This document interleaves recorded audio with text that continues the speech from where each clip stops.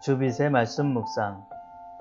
오늘 우리에게 주신 하나님의 말씀은 에베소서 1장 2절 말씀입니다. 하나님 우리 아버지와 주 예수 그리스도로부터 은혜와 평강이 너희에게 있을지어다. 아멘. 이 절은 바울의 서신들에서 일반적으로 나타나는 축도의 전형적인 형태입니다. 그 가운데서도 은혜와 평강이 너희에게 있을지어다 하는 말씀은 당시 고대인들의 일반적인 인사였습니다. 그러나 여기서 사도 바울이 비는 은혜와 평강은 단순한 인사말이 아닙니다.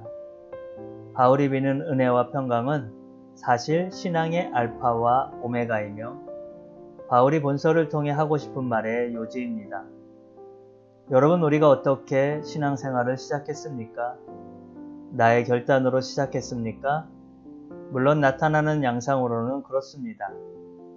하지만 그 이면을 보십시오. 반드시 거기에는 무엇이 있습니까? 하나님의 은혜가 있습니다. 그렇습니다. 항상 믿음 이면에는 은혜가 먼저 있습니다. 그것을 잘 보여주고 있는 것이 다음 장입니다.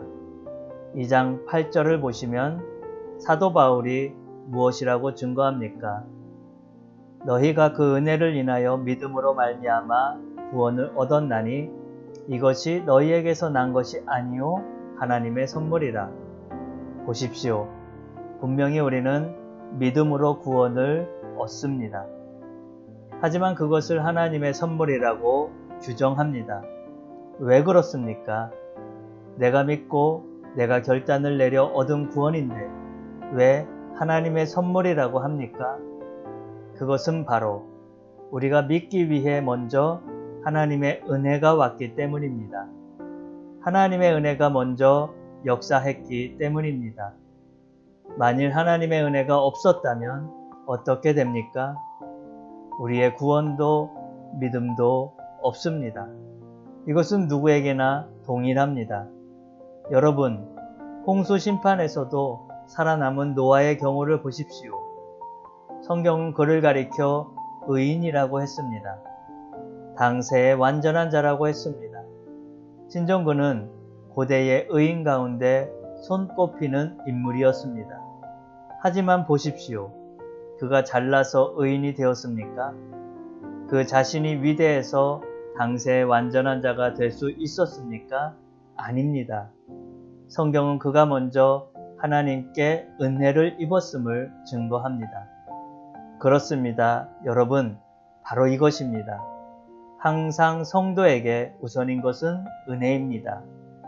때문에 사도 바울은 은혜가 있어야 한다고 가르치는 것입니다. 이것을 잃어서는 안 된다고 말하는 것입니다. 이것이 에베소 교회 성도들에게 있기를 기도하는 것입니다. 은혜를 상실하는 순간 성도는 사실상 모든 것을 상실하는 것과 같기 때문입니다. 그러므로 우리는 주님의 은혜 안에 거하는 자들이 되기를 기도합니다. 그러나 나의 나 된 것은 하나님의 은혜로 된 것이니 내게 주신 그의 은혜가 헛되지 아니하여 내가 모든 사도보다 더 많이 수고하였으나 내가 아니요 오직 나와 함께 하신 하나님의 은혜로라. 고린도전서 15장 10절 말씀입니다. 기도하시겠습니다. 하나님 감사합니다.